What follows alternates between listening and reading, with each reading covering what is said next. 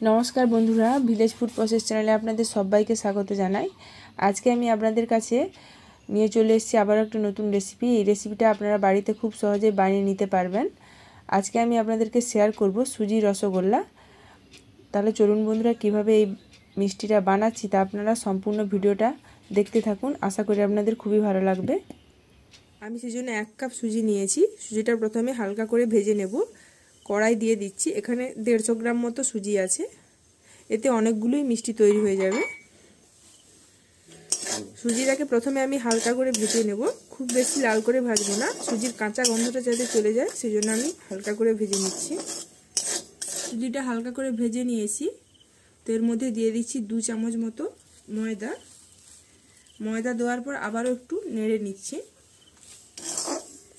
হালকা করে নাড়া হয়ে গেছে। এবার আমি এর মধ্যে দিয়ে দেব যতটা পরিমাণে সুজি নিয়েছি তার 2 কাপ পরিমাণে দিয়ে দেব দুধ। চাইলে আপনারা জল দিয়েও করতে পারেন।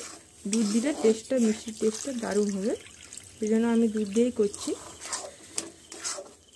এবার আমি এর মধ্যে দিয়ে দিচ্ছি হালকা করে একটু লবণ।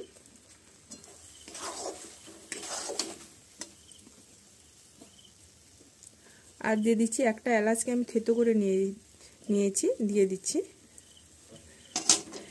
এলাচটা দিলে মিষ্টির মধ্যে ফ্লেভারটা খুব ভালো আসবে।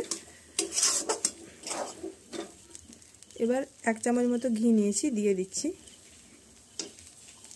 দিয়ে হালকা করে একটু নেড়ে নিচ্ছি।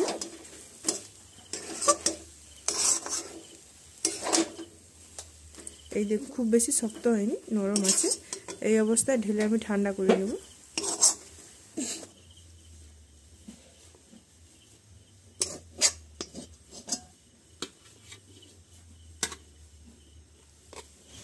এখানে আবার আমি অল্প করে একটু ঘি দিয়ে দিচ্ছি।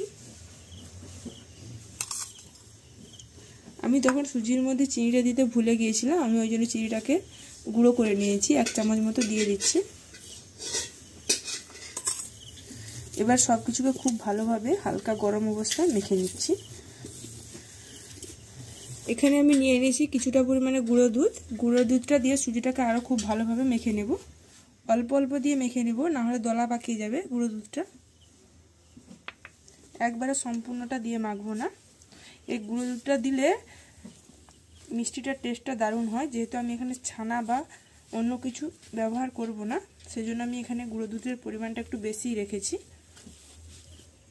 এই দেখুন খুব সুন্দর করে মেখে নিয়েছি, একদম নরম করে, আর একদম মসৃণ হয়ে গেছে, কিন্তু হাতে লেগে যাচ্ছে। আবারও একটু ঘি দিয়ে আমি মেখে নেব।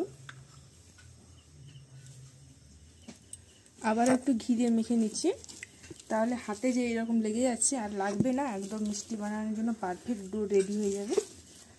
এই দেখুন ঘিটা দেওয়ার পর খুব সুন্দরভাবে হাত থেকে ছেড়ে যাচ্ছে।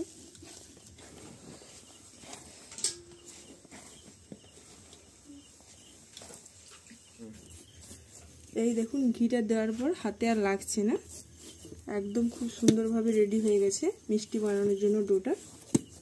এবার আমি ছোটো ছোটো মিষ্টির আকারে বানিয়ে নেব। হাতে একটু সাদা তেল বা ঘি মাখিয়ে নেবেন, তাহলে মিষ্টিগুলো বানাতে খুবই সুবিধা হবে। আমি একটু হালকা করে সাদা তেল মাখিয়ে নিয়েছি। এবার মিষ্টিগুলোকে তৈরি করে নিচ্ছি।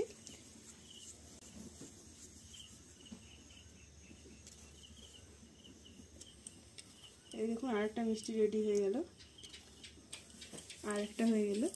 খুব তাড়াতাড়ি এই মিষ্টিগুলো বানানো যায়। এই দেখুন কত সুন্দরভাবে মিষ্টিটা তৈরি হয়েছে, একদম কোনো রকম গায়ে কোনো ফাটল নেই।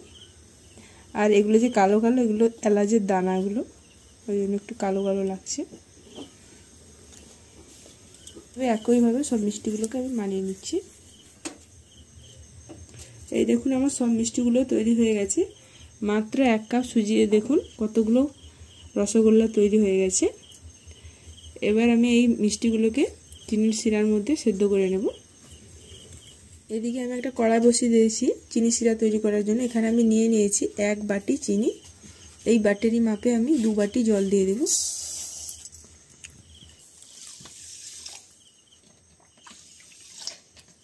চিনিটা গলা পর্যন্ত অপেক্ষা করতে হবে। চিনিটা গলে গেলে মিষ্টিগুলোকে দিয়ে দেব। এখানে আমি একটা এলাচকে থেতো করে নিয়েছি, দিয়ে দিচ্ছি। এলাচটা দিলে খুব সুন্দর একটা ফ্লেভার আসবে। চিনিটা প্রায় সম্পূর্ণভাবে গলে গেছে, আর কিছুক্ষণ অপেক্ষা করব। এই দেখুন চিনি শিরাটা ফুটতে শুরু করেছে। এই অবস্থায় আমি মিষ্টিগুলোকে ছেড়ে দিচ্ছি। লো টু মিডিয়াম আঁচে রেখে মিষ্টিগুলোকে সেদ্ধ করে নিতে হবে। খুব বেশি হিট দেওয়া চলবে না, তাহলে মিষ্টিগুলো ছেড়ে যাবে। ঢাকা দিয়ে 5 মিনিট মতো মিষ্টিগুলোকে সেদ্ধ করে নিতে হবে।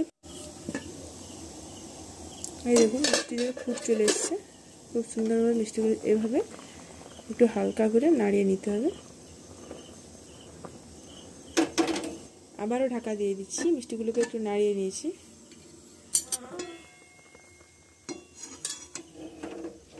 এগুলো তৈরি হয়ে গেছে, দেখুন কত সুন্দর নরম হয়েছে। এই দেখুন 5 মিনিট হয়ে গেছে আর মিষ্টিগুলো খুব সুন্দরভাবে সেদ্ধ হয়ে গেছে। এবার বন্ধ করে দিচ্ছি। মিষ্টিটা কতটা ফুলে গেছে আর কতটা নরম হয়েছে দেখুন। আপনাদেরকে একটা কেটে দেখাচ্ছি, এই দেখুন ভেতরটা কত সুন্দর নরম হয়েছে। এই দেখুন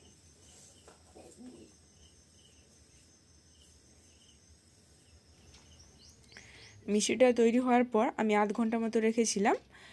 এবার একটা প্লেটে সাজিয়ে নিয়েছি। দেখুন দেখতে কত সুন্দর লাগছে। আর আপনারা বাড়িতে খুব সহজেই এটা বানিয়ে নিতে পারবেন, একদম ঘরোয়া উপকরণ দিয়ে। বানানো খুবই সোজা, যে কেউ বানাতে পারবে এই মিষ্টিটা। যারা মিষ্টি খেতে ভালোবাসেন এভাবে বাড়িতে বানিয়ে আপনারা একবার হলেও ট্রাই করবেন। আজকের এই মিষ্টি রেসিপিটা আপনাদের কেমন লাগলো তা আপনারা অবশ্যই কমেন্টে জানাবেন। আর যদি ভালো লেগে থাকে তাহলে আমার চ্যানেলটিকে লাইক, শেয়ার ও সাবস্ক্রাইব করে পাশে থাকবেন। আজকের মতো ভিডিওটি আমি এখানেই শেষ করলাম। ফিরে আসছি আবারও একটা নতুন রেসিপি নিয়ে। আপনারা সবাই ভালো থাকুন, সুস্থ থাকুন, সাবধানে থাকুন। ধন্যবাদ।